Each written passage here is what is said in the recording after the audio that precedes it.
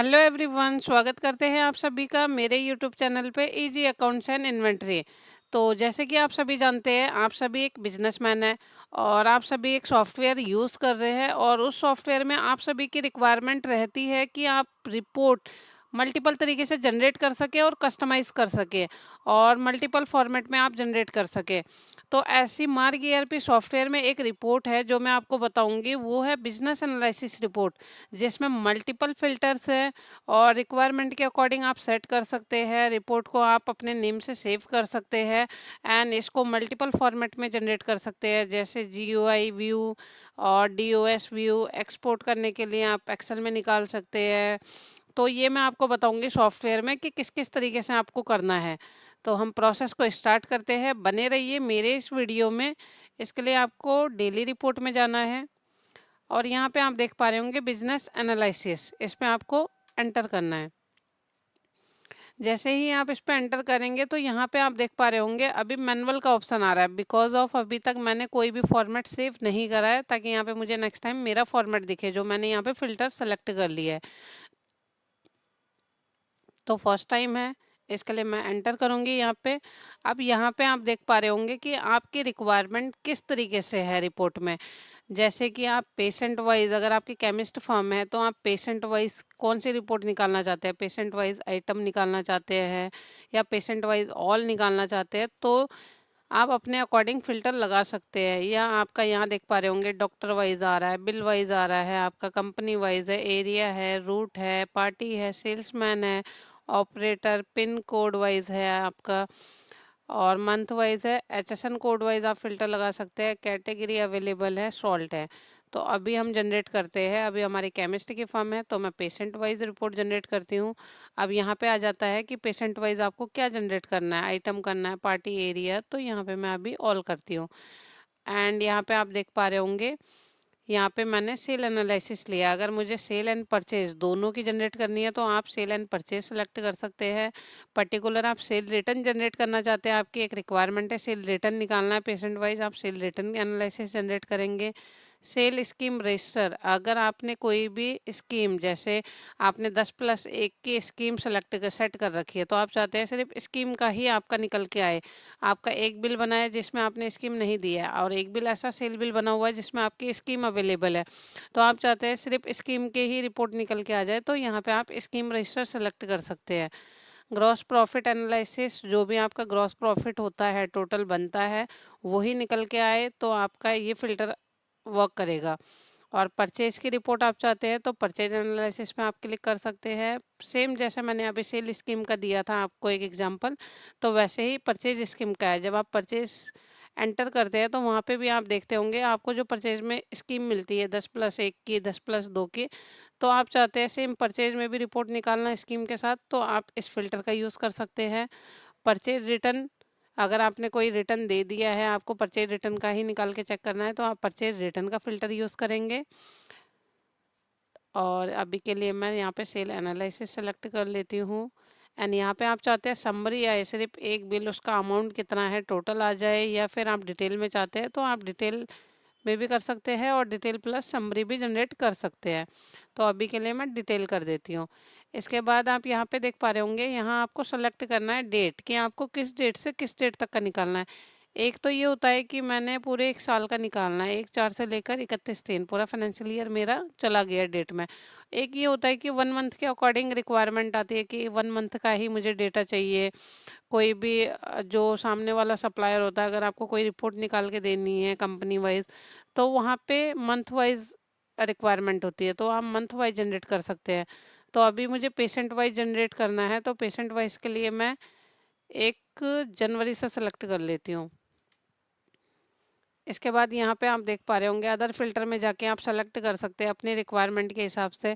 अभी अगर आप अदर फ़िल्टर में क्लिक नहीं करते हैं तो ऑल निकाल के लाएगा, बट आप चाहते हैं कि इस पेशेंट के लिए जो ऑल आपने सेलेक्ट करा है, इसमें भी पर्टिकुलर कंपनी का ही निकल के आए, तो आप यहाँ पे पर्टिकुलर कंपनी सेलेक्ट आप कर सकते हैं।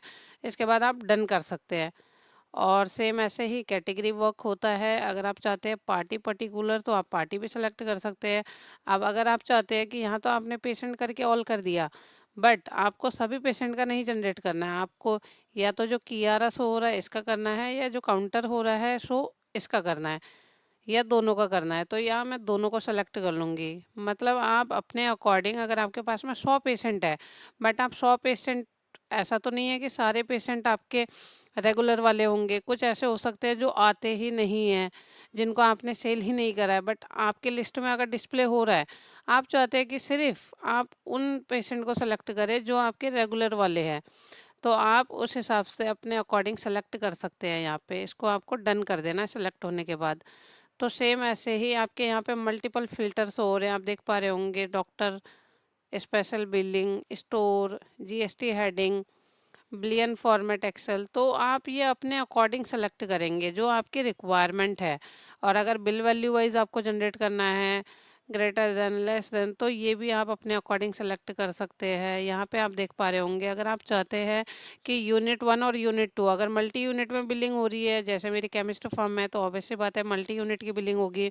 तो मेरी 2 यूनिट का स्टॉक रहता है, बड़ी यूनिट में कितना स्टॉक है, छोटी यूनिट में कितना स्टॉक है।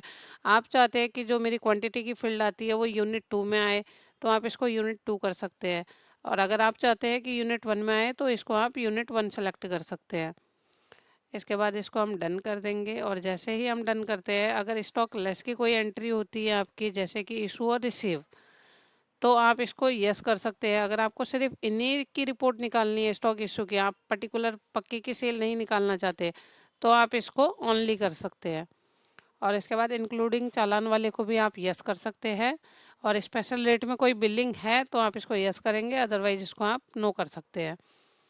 इसके बाद इसको हम डिटेल कर देते हैं।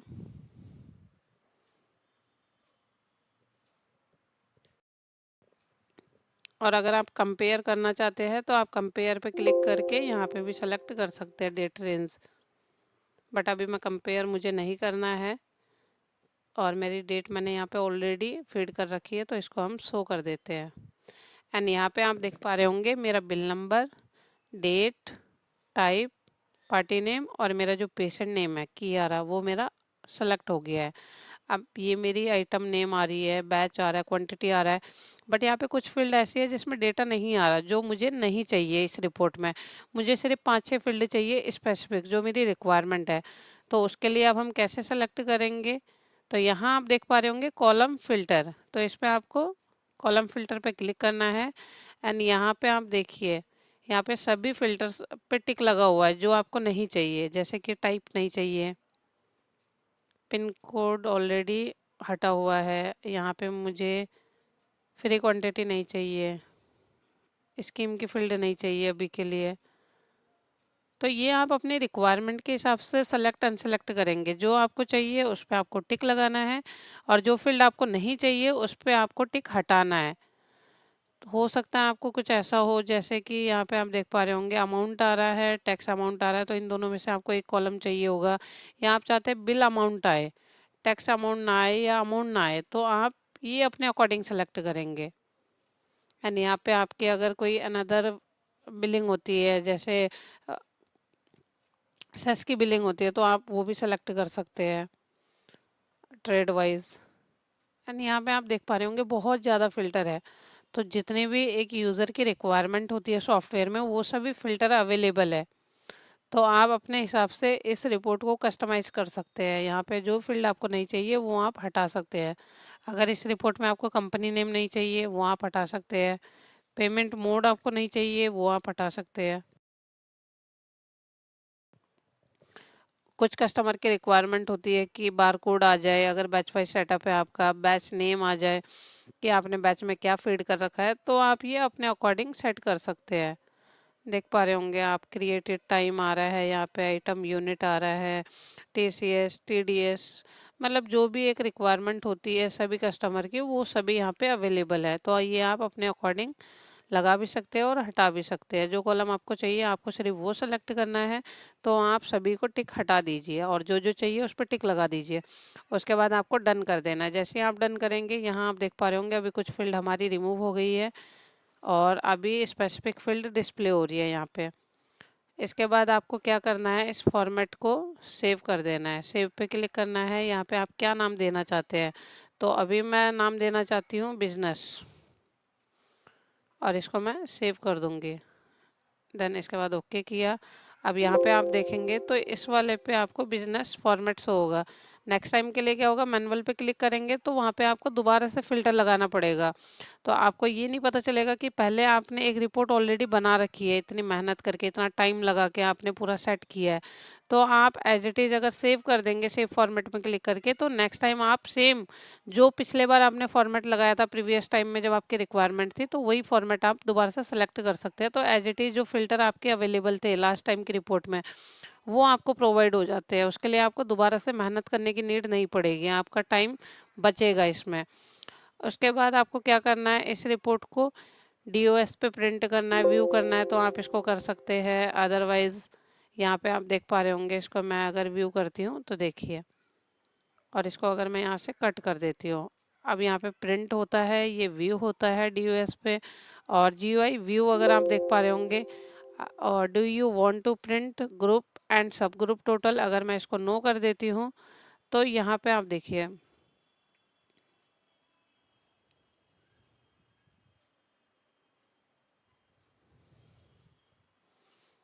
तो ये मेरा सिर्फ व्यू हो गया है।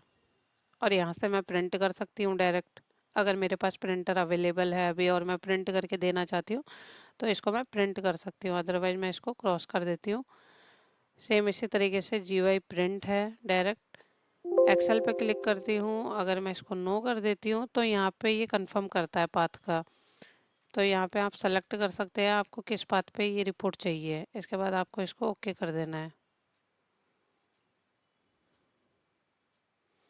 एनसीएस में आप जनरेट करना चाहते हैं या फिर एक्सएमएल में आप जनरेट करना चाहते हैं, तो ये रिपोर्ट आपकी है कि आप एक्सएमएल आप अपने अकॉर्डिंग, आपके फॉर्मेट यहाँ पे अवेलेबल है, डीओएस, व्यू, प्रिंट, एक्सेल।